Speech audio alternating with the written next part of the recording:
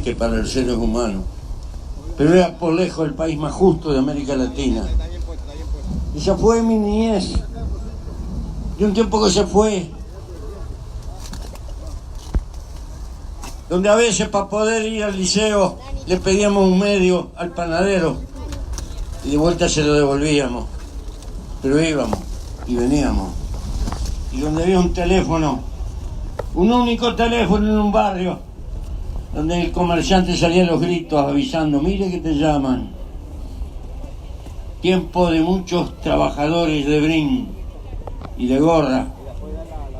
A las 5 de la mañana negreaban las curvas, la curva de Tavares.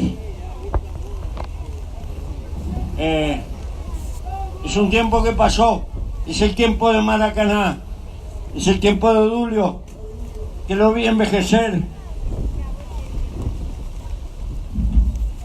cuidando ficha en el casino municipal, porque en aquella época los cracks que nos daban victoria recibían chirolas, y fue así. Pero pasaron muchas cosas. Ese país a partir de 1960 se entró a estancar, y la vida me enseñó que cuando un pueblo está bien y viene para abajo sufre el doble que aquellos que están eternamente en la pobreza y en la desesperación, porque adquieren una formidable virtud, la resignación. El pueblo uruguayo sufrió horriblemente a partir de 1960, que fue la época donde cae Perón en Argentina, y acá fue el fin del Partido Colorado luego de gobernar 90 años. Yo le tiré piedras a Luis Valle, yo, gurí, le tiré piedras, y en la vuelta de los años supe que ese era un gobierno con defectos que había caído por no firmarle al Fondo Monetario Internacional, entre otras cosas. Vivir para aprender y tener apertura, que uno aprende con la historia, que la historia es el tajo vivo de una nación y es una lesión permanente. Ese Uruguay se fue, y empezaron las reformas llamadas liberales, que no fueron liberales, y empezó el país que cayó de salario con dictadura o sin dictadura. Los trabajadores del Uruguay perdieron más del 50% en medio siglo del poder adquisitivo de su salario, y el Uruguay empezó a estancarse y a trancarse, lo propio que le pasó a la República Argentina. Ese largo proceso que tuvo apenas un respiro cuando cayó la dictadura, un respiro de 3 o 4 años, porque había un acuerdo, se retomaron los consejos de salario, se ampararon ciertas cosas. Inmediatamente, al pisar 1990, se hizo trizas y duró, y recuérdenlo, duró hasta el colapso del gobierno final del Partido Colorado. Es decir, llevamos 15 años intentando dar vuelta a la historia de casi 50 años de caída del país. Y no hay que olvidarlo, las cosas no empezaron ayer. No somos dioses, no somos perfectos. Pero hoy la masa de trabajadores uruguayos gana el 55% más en términos promedios y reales de lo que ganaban cuando llegamos al gobierno. ¿Qué es suficiente?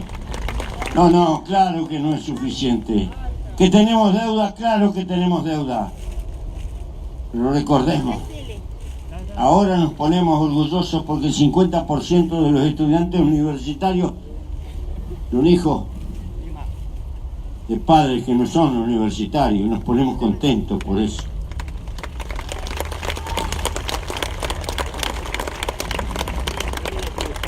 Y se habló toda la vida de descentralización, se habló toda la vida de priorizar el interior, pero tuvo que llegar un gobierno del frente como pudo para, en primer término, reconocer el papel de los trabajadores rurales y reconocerle que se cumplieran las 8 horas para los trabajadores rurales.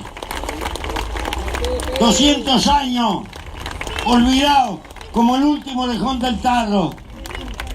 Y tuvo que llegar un gobierno del frente para que se acordara del personal de servicio, de las sirvientas, que tuvieron que bancar generaciones para que tengan seguridad social y reconocimiento. Y tuvo que llegar los gobiernos del frente para que pelearan, para que la inmensa mayoría de los trabajadores estuvieran empadronados y tuvieran posibilidad algún día de jubilarse. Estas cosas son tremendas. Cuando sos gurís no te das cuenta, porque los desafíos de la juventud te tapan el horizonte de lo que ver. Pero cuando los años se te vienen encima, el tener seguridad social, el tener el recule de una pequeña pensión, de una jubilación, es la diferencia entre la vida y la muerte y el olvido. No te olvides, esto es fundamental. Y esto no cae de los cielos, no cae de los dioses. Esto hay que pelearlo y pelearlo y pelearlo. Pero también aprendimos la cosa fundamental. Los progresos sociales fueron posibles no por dádivas, sino por el trabajo. Porque en definitiva en estos 15 años surgieron cerca de 400.000 puestos de trabajo, que en los últimos años hemos perdido 50.000, pero que en lo largo de 15 años son más de 350.000 puestos de trabajo con un aumento de la recaudación. Y no hay que olvidarse, el progreso social no es hijo de los impuestos, es hijo de más trabajo. Hay que tener memoria de aquel COFI y aquel IVA, que determinaba que el impuesto fundamental eran los impuestos directos al consumo, lo que quiere decir en síntesis que los pobres son los que pagan más. Eso se bajó, y que el cambio de la estructura impositiva, sí, los que ganan 150.000 pesos pagan más, sí, es cierto, pagan más, pero cobran más porque los salarios se multiplicaron el 50%. Quiere decir que sí, estuvieran con el sistema impositivo de antes, pagarían menos impuestos pero cobrarían menos. Y el país es inmensamente más justo. Y esas cosas no hay que olvidarlas, no cayeron del cielo. Todo esto significó lío, significó bronca, significó revalorizar los consejos de salario, que no son un invento del frente, son inventos del segundo vallismo en la década del 40, pero estaban olvidados, los dejaron archivados, porque para cumplir con las leyes se precisa voluntad política. Tú puedes tener la ley que quieras, pero si no hay voluntad política de aplicarla, marchaste en el espiedo, y esto es lo que está hoy en disputa.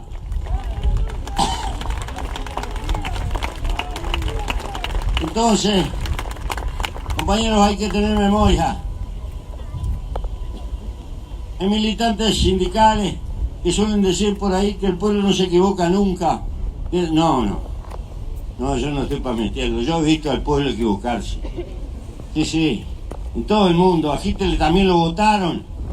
Sí, los pueblos también se comen la pastilla. Son los únicos que tienen el derecho a equivocarse porque son los que pagan el costo. Pero hoy existe tecnología para embaucar al pueblo. Le venden un candidato como quien vende pasta de dientes. Y te trabajan con la propaganda. Y te convencen, ¡ay, qué horrible el Uruguay! ¡Qué espantoso el Uruguay! Pero salí, no me vengas con verso. No me vengas con verso. Mirá para el frente. ¡Ay, qué horrible! Nunca se ha visto esto. Van a morir asesinados tantos miles. Sí, de ataque cardíaco van a morir 10 veces más. ¿Y los cardiólogos qué van a hacer? Sí, nos plantean todo con una atmósfera de terror. Mira para los costados. Mira un poco para los costados en esta América Latina. El ejemplo. Hay que copiar a Perú. A Perú hay que copiar. A Paraguay hay que copiar. A Paraguay. A Paraguay. Socorro. Socorro. Tenemos una deuda con el pueblo paraguayo que no la pagaremos jamás. Porque fuimos el cagüetear en la guerra de la Triple Alianza a deshacerlo. Y nunca lo pagaremos. La deuda que tenemos da vergüenza. Absolutamente vergüenza nuestra solidaridad con el pueblo paraguayo. Pero no me vengan a plantear cuco. El Uruguay tiene problemas, claro que los tiene. Pero en el contexto de América Latina ha sido y es el país que reparte mejor, el país de mayor masificado clase media. Y entonces, no peleamos contra un Uruguay. No queremos un Uruguay que sea como Chile. Ojalá que Chile pueda superar la injusticia que tiene con los mapuches. Ojalá que Chile pueda algún día tener estudiantes que no queden hipotecados para terminar una carrera. Ojalá Chile pueda repartir un día como repartimos en el Uruguay. Ojalá, y se lo deseamos. Pero queremos señalar, somos los reyes del gofio, somos unos fenómenos. No, no somos. No.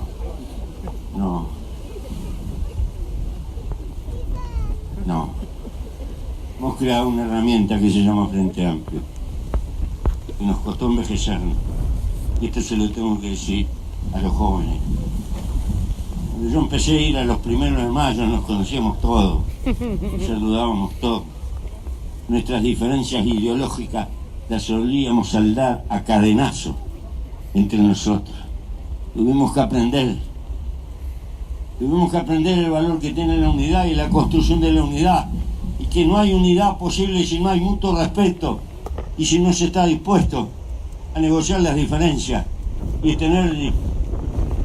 establecer programas que no son hasta el juicio final, porque hasta el juicio final no se puede. Son para 3, 4 años, son para una etapa, después nos ponemos de acuerdo, pero tenemos claro, hay una frontera natural que tiene que ver con la distribución de la riqueza, con la visión de clase, y que tiene que ver por pelear por más equidad, o por conformarse con esa filosofía que en la vida hay perdedores y ganadores, y a los que les tocó perder, mala suerte, y que los ganadores no tienen por qué compartir los dolores o contribuir a mitigar las angustias de los que les tocó perder. Está esa visión crudamente liberal de que el triunfo en la vida es pura y exclusivamente consecuencia del esfuerzo personal, y eso es mentira, porque en el nacer de la vida hay oportunidades que son distintas. No les puedo pedir en términos genéricos a gurises que nacen dentro de las cañas, en un rancho de Vencijao, que no tienen ni un baño, y eso, las mismas oportunidades que tiene un gurí que nace en una sociedad acomodada. Hay diferencias desde la cuna, y tenemos que luchar precisamente por entender que nuestra lucha es por mitigar esas enormes desigualdades. ¿Por qué? Porque la vida es hermosa en sociedad a pesar de todos los defectos, y porque los seres humanos dependemos los unos de los otros, porque el papel del individuo tiene valor, pero tiene mucho más valor en el seno de la sociedad. Sin la sociedad somos nada. Piensen si tuviéramos que vivir como un felino. ¿Quién te hace la ropa? ¿Quién te hace los zapatos? ¿Quién te hace esos aparatitos con el que está para sacarte fotos? Y así sucesivamente. Todo eso que llamamos progreso y adelanto es una formidable especialización de miles de personas que contribuyen unos con otros. ¿Quién te atiende tus enfermedades? La de tus hijos. ¿Quién te soluciona? ¿Quién te levanta a casa? ¿Quién te tapa las goteras del techo? ¿Quién te arregla la energía eléctrica cuando no funciona? ¿Quién te remienda el cachillo que se te rompió? Y así sucesivamente. No se puede vivir en soledad. Vivimos interdependiendo los unos de los otros. Por eso peleamos por una sociedad más justa, mucho más igualitaria, y que le dé oportunidad a todos.